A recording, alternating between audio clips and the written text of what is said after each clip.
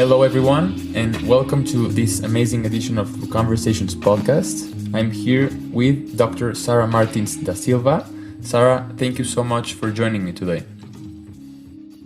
Well, thank you very much for inviting me. Delighted to chat. Me too. Thank you so much. As I mentioned to you, the way that I found your work and your amazing research is because I'm in my 20s and I'm thinking of the future. And the future, for my life at least, has in its picture a family. So I started to seeing your research in terms of fertility, both for males and women, which I love to talk on both. And I started digging deep into more research, and what I saw was really frightening, and I think we have to have a conversation around it, because most of my listeners are around my age, and most of them, I imagine, still don't have families, or I assume, that's my assumption, but still I think that having a conversation with you on these issues is great. So talk to me briefly about your research. What has been your insights in terms of fertility, and what have you learned the most on this issue? So I'm a doctor. I'm an obstetrics and gynecology consultant, so an OB-GYN, and I work in an infertility clinic. So my day-to-day job is in a clinic helping couples achieve pregnancies because of fertility issues. Actually, as a gynecologist, I think we understand female fertility quite well. We understand the sort of hormone control of building an egg and ovulating an egg, and there's medical treatments to try and assist with problems with fertility. But it struck me that actually, if there's a problem on the male side, there isn't any treatment apart from IVF ICSI. And we don't really actually understand how you build a sperm.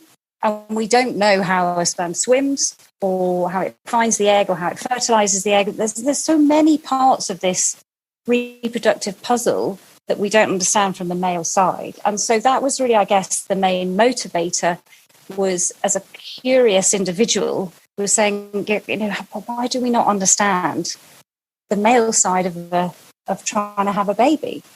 And I think then what really surprised and shocked me was that actually the answers, it's not just me that doesn't know the answers. It's like the world doesn't know the answers. There's quite a lot that we do know clearly, but there's a huge amount that we don't know. And, I think we mentioned before about sperm counts falling, and that's, something that's quite close to my heart in terms of, this global perspective of male fertility declining over time. We don't know, what makes a fertile sperm. We don't understand what's affecting males' fertility. And I just see more and more couples in clinic who are looking for quite involved forms of fertility treatment in the form of IVF with ICSI. So I guess that's my main motivation, was just these huge unanswered questions. And there's, I don't know, it's so perplexing. There's these really exciting stories about discovering Mars and all of these things that have been in the news recently, and yet we just don't know how a sperm gets to the egg. Wow. Yeah, you put it perfectly, because it seems that we're so focused in trying to solve everything around us that we haven't, and that's like a blind spot to try to solve what's driving the life force within us, right? We can't seem to figure out what's happening. And you touched on two essential things right now. It's first one, in the research that I read and that I saw, it's the decline in the past 40 years in sperm counts. Would you like to share a deeper take into what this means, or what is this research about? Yeah, so there's been quite a number of publications suggesting over time that males' sperm count may be falling over time. And this is mainly sort of from studies where they look at a guy's sperm count and they look at another group of sperm counts from another group of individuals 5-10 years later, from various geographical locations. And I think there's been this suggestion that this might be the case, but there was more recently a publication which is called a meta-analysis where all of these studies were put together. And it was published by a group from Israel. The lead author was a guy called Levine, and it showed that over the last 50 years, men's sperm count has fallen by somewhere about 40%. And so if you look at a graph line of sperm counts, it's this very scary straight line that is kind of pointing down. And if you kind of join those dots along and you continue that line down, at some point it's going to get to zero. So then you think, well, okay, this might be another 50 or 60 years if this trend continues. But actually, that's really perplexing and pretty terrifying, because we genuinely, well, I don't know if it's definitely going to happen, but we genuinely don't know why it's happening. And so there's been various suggestions about what might be affecting men's fertility in terms of what we do to ourselves, what our lifestyle or our life choices are, but also, the pollution and the world and the environment around us, either whilst we're growing as babies inside our mum's tummy, or what we do to ourselves as kids or adolescents or younger adults. So I guess, there have been some controversies about this publication, not least because some people genuinely don't believe that there's a problem. Even in the face of this publication, they say, I just don't believe it. I think science and technology has moved on. Perhaps we count sperm in different ways. You're comparing different things.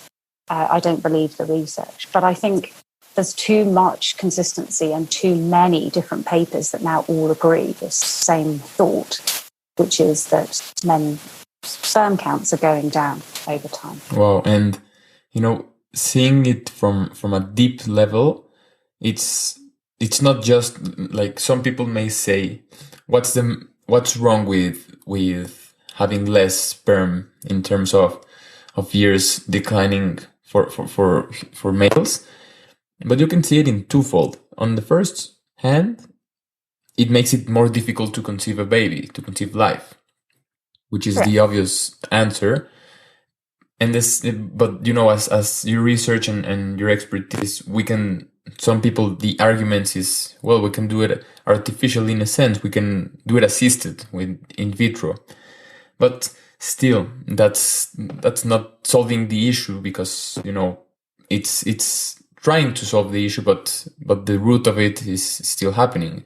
And on the second hand, on a deep level, it seems that we're losing our vitality. Like philosophically speaking, if we're having less life within us and we can't create more life, it's going on a pathway that, will be less alive in a sense. Yeah. I mean, the reality is that if you have 15 men, that one of them may have a fertility issue. And if you have 100 men in a room, maybe one of them is producing no sperm at all. And that's the current state of play. And the prediction is that this will get worse over time. And I think you're right. I think as young people, I know when I was sort of your age, I knew I wanted to have a family. I didn't necessarily know who I was going to be with or when I was going to have a family, but I liked the idea of having kids.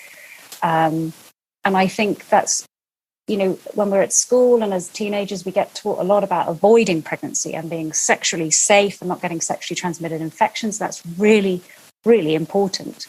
But I think the part of the other sort of side of that message is being aware of our bodies, being aware of our fertility, and having a bit of an idea about what you do that might impact on your fertility. Or, I think you're quite clever in the way that you're sort of thinking forward into the future. And I think perhaps as young people, we're not so great at forward planning in that way. And then you mentioned that at least in a room, more and more people will be, if we have 100, will have trouble conceiving. So how can we educate ourselves in terms of our own vitality and to see how can we solve this and what are the solutions right now? Okay, good. So I think it's, the simple answer is there isn't a quick fix solution, but I think I guess one of the messages that I'd love your kind of listeners to kind of take on board is, you know, what you do to your body will have an impact on your sperm count, or the way your sperm swim, and therefore your fertility. So it's thinking about having a healthy lifestyle, and that's not smoking. And actually, even vapes and other kind of nicotine substitutes have a lot of kind of chemicals within them. You know, the glycerol part, or not the glycerol, the propylethylene part of a vape is, you know, really nasty, toxic chemicals. You know, it's not great for your physical health, but these are the sort of things that have been reported to negatively affect sperm counts and sperm swimming. It's about, you know, what you eat. It's about being a healthy weight. If you, on the other hand, are at the gym a lot and you're kind of looking at supplements to build up your muscle strength and body, muscular power and so on, then, you know, steroids are also very bad for your sperm count and sperm production. And some, kind of supplements for the gym, it might not be obvious that there's steroids or testosterone in it.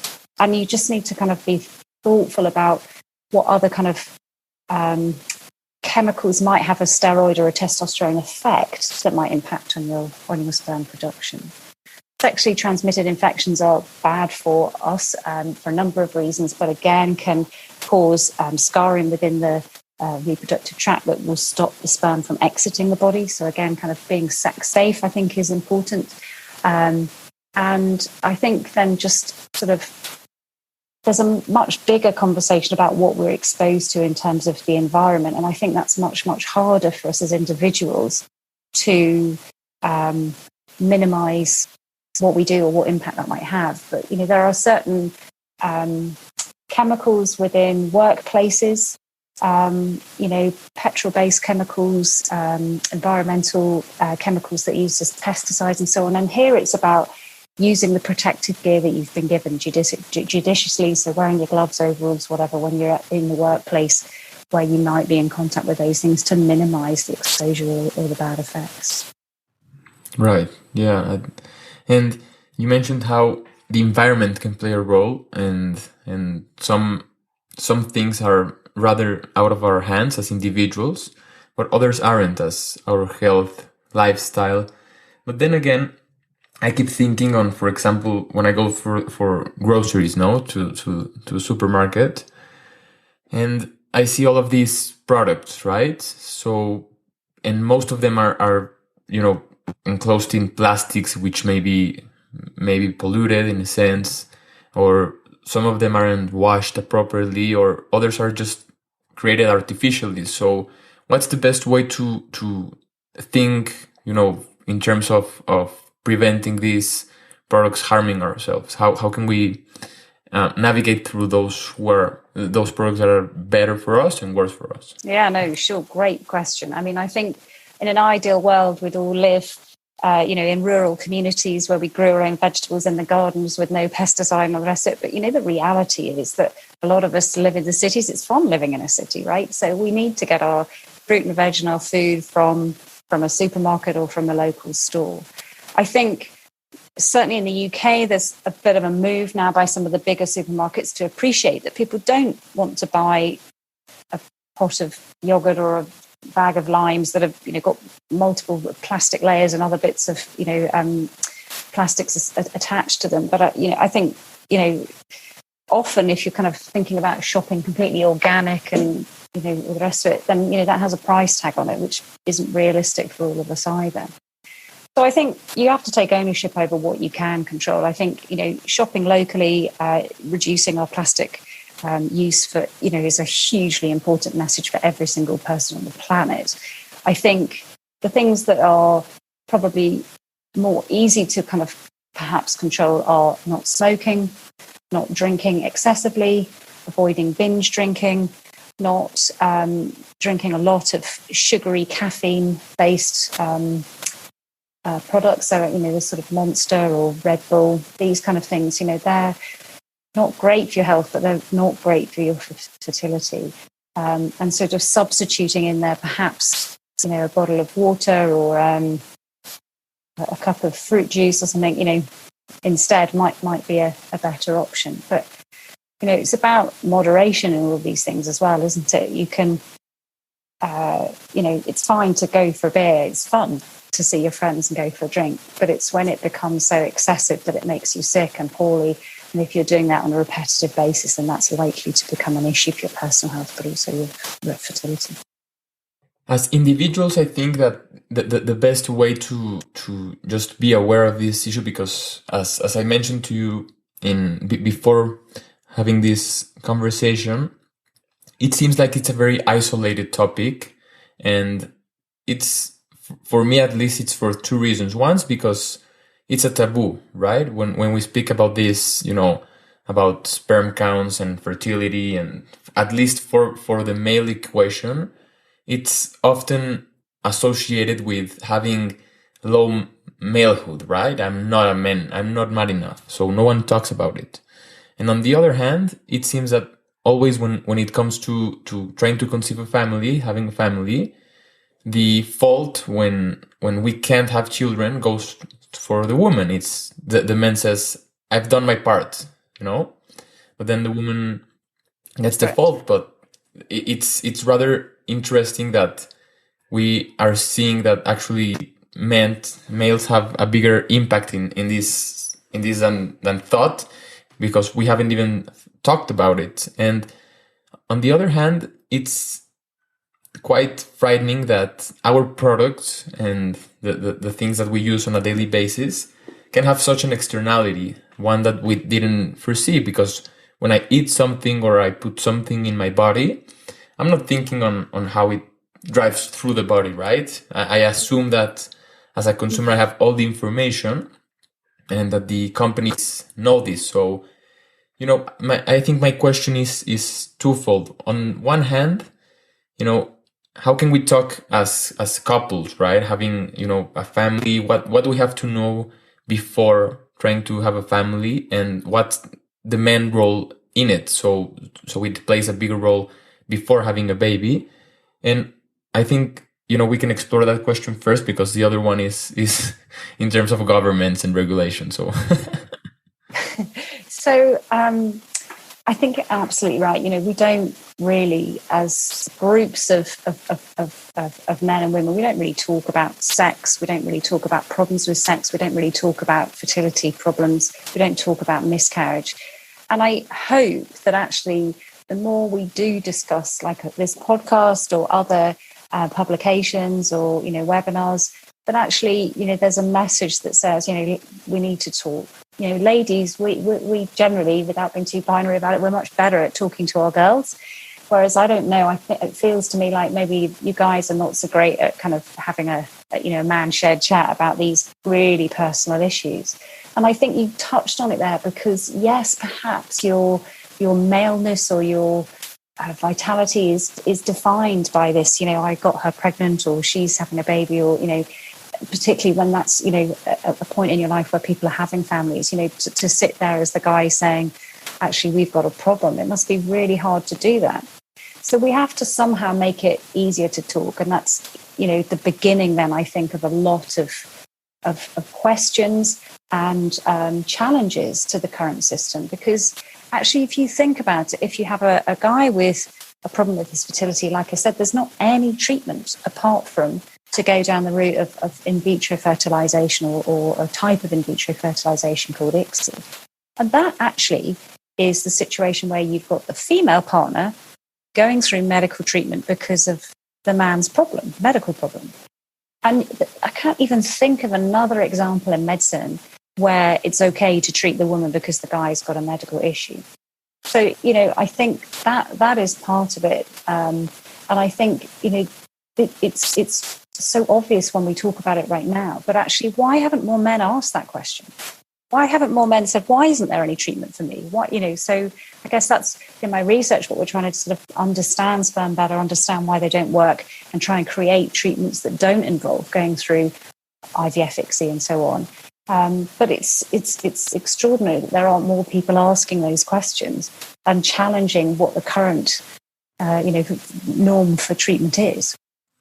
Yeah, and I believe that if this is a creation of our own, meaning that our own products and our own lifestyles and way of lifestyles have created this externality in terms of, hurting our future and our future generations, because I don't think this might be hereditary, having less and less sperm count. I'm not sure about it. Perhaps you have the insights on it.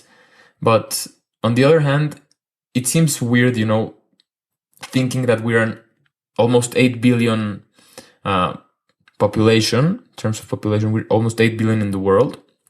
And it feels like it's nature, right? Trying to reverse the course of having so many people here. But I mean, we can't pinpoint into one or the other. I think the most feasible way of doing it is by our own, assuming responsibility of what we've done with nature itself, with our environment. And, as you said, right before we started recording, it's not the case right now that we're an extinct species, but as you said, in terms of the sperm count, if this keeps declining and we hit zero in sperm count, then it's gonna be weird. It's gonna be a weird conversation, and the irony of us thinking ourselves as an extinct species. But, as I mentioned before, this goes into the roles of governments and institutions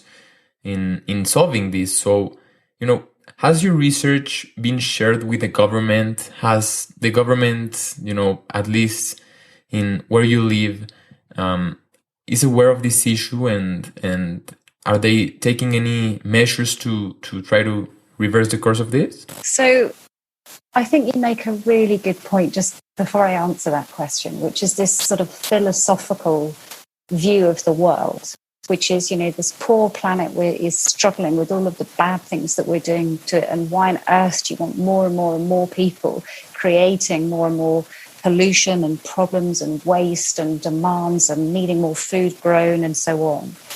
But at the kind of flip side of that is that actually, I see a couple in front of me on an individual basis who desperately want to have a kid, who just want to have a child and be a family.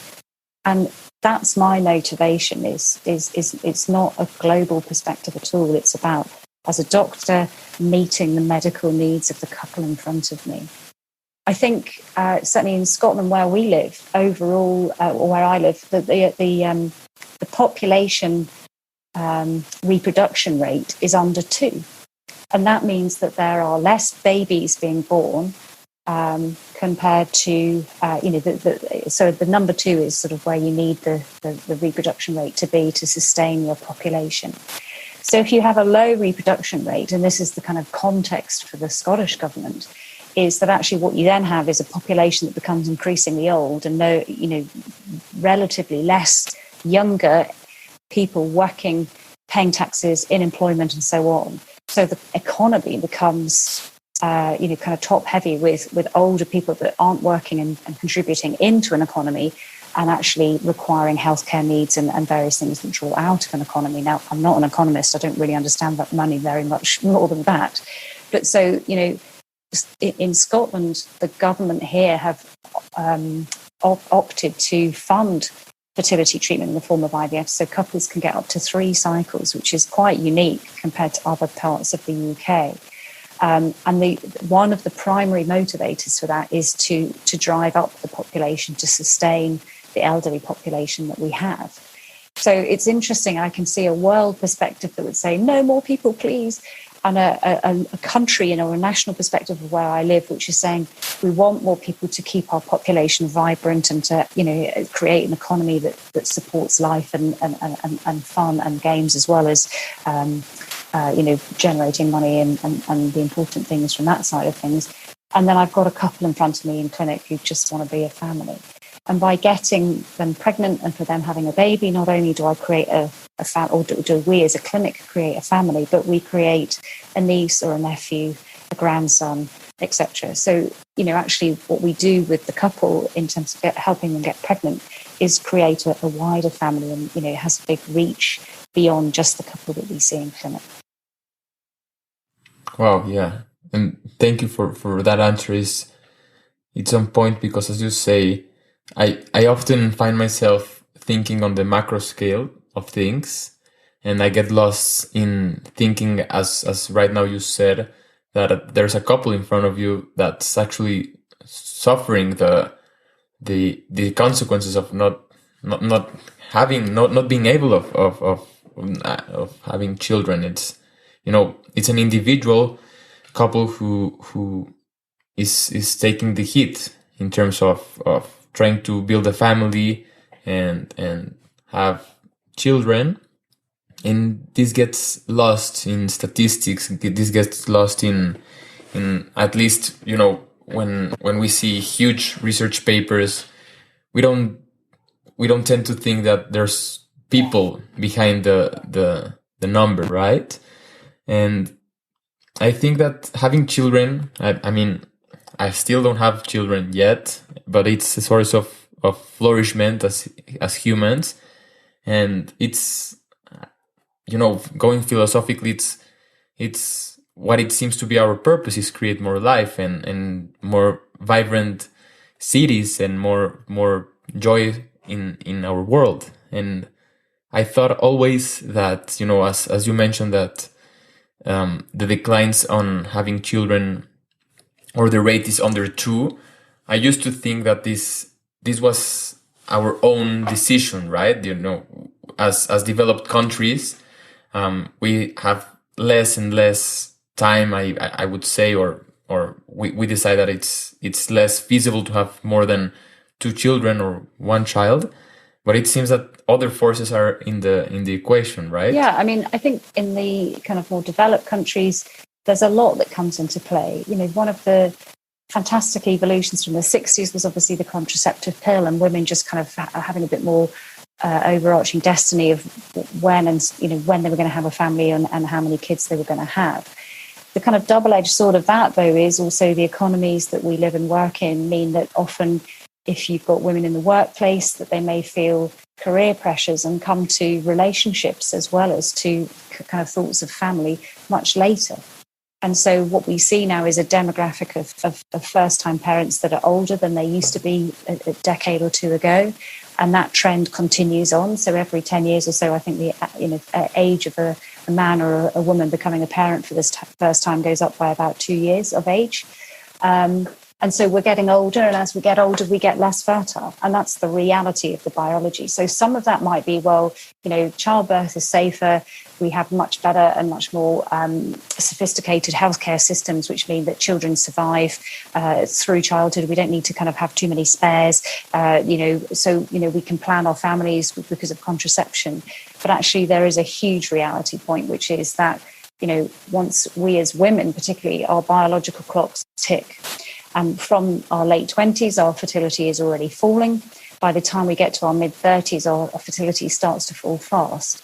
And by the time you come past 40, then your fertility is dropping, very quickly. So that, by sort of mid-40s, your fertility window is pretty much closed.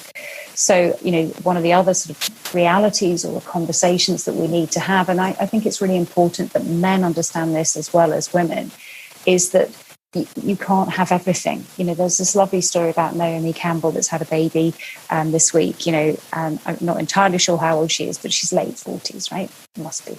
So, that's a great story, but it doesn't really set a great precedent because, and I'm not kind of wanting to pry too much into her particularly, but as, does that then mean that other girls think, oh, I've got ages until I need to think about having a family? Or did she have a whole load of difficult issues with fertility and ended up needing to have donor eggs or something to help her have a baby? I don't know. But we as women need to be much more aware of our timeline for creating a family with, relatively easy, and that men should know that too. Yeah. And as you mentioned, it's both, it's a couple's effort, but it seems that the conversation has been around, as you said earlier, how to solve this issue from the side of the woman's equation of conceiving a child. And let's say that I have very bad habits. Let's say that I smoke a lot, I drink a lot, and I eat processed foods all day. And I have a couple, and we're thinking of having a child. In the moment we decide to have a child, do you the harm done to the sperm counts, to the our fertility, is it reversible if we change our diets, our lifestyles, or if it's one, at the moment that you heard it, it stays that way? No, so for sure things can reverse. And that is probably the most positive message that needs to come out of this so it takes about 72 days to build a sperm from start to finish. So if you change something within 2 or 3 months, you should see an impact on your sperm count improving or the sperm quality improving, although how you measure that quality is perhaps slightly more difficult to define. But certainly if you have a couple that are thinking, right, let's try for a baby, then the first thing would be for the female partner, she should start taking folic acid or some sort of prenatal vitamin supplement. But you should both as a couple think about, what are we eating? What are we drinking? What are we smoking, inhaling or otherwise? And what can we do to kind of clean up our act here?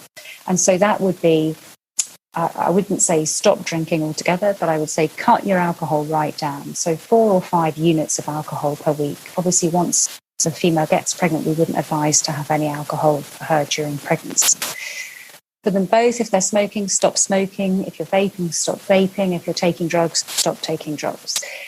If you're on any sort of prescribed medication, it's worthwhile thinking if that is pregnancy safe and perhaps seeing your GP or your physician to make sure if you need to be on medication, that you're on something that's as safe as it can be to conceive taking.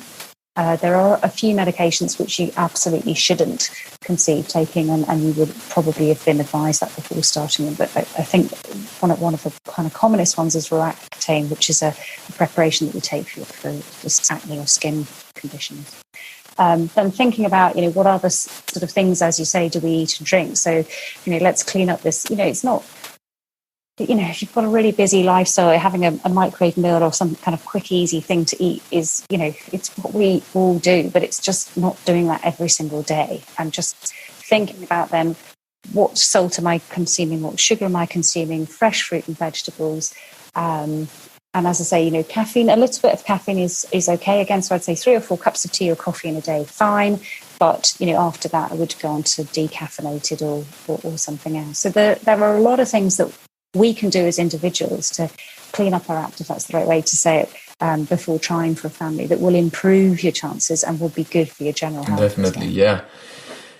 Dr. Silva, I think we've covered a lot of ground in this conversation. I do hope that at least, go and see your research, try to explore, educate themselves more into what's happening in the world of fertility. And I do believe that if we don't create enough engagement on an individual level, at least, this problem will go unnoticed. And those who are suffering the issue of having less fertility, they are suffering it, I think, in an isolated manner, because as we don't talk about these issues, it becomes a taboo. I do hope that this conversation opens the minds of our listeners, and we have to explore our vitality. So, Dr. Silva, thank you so much for joining me. Great, and thank you again for the opportunity to chat today. It's been really good, really good. Thank you.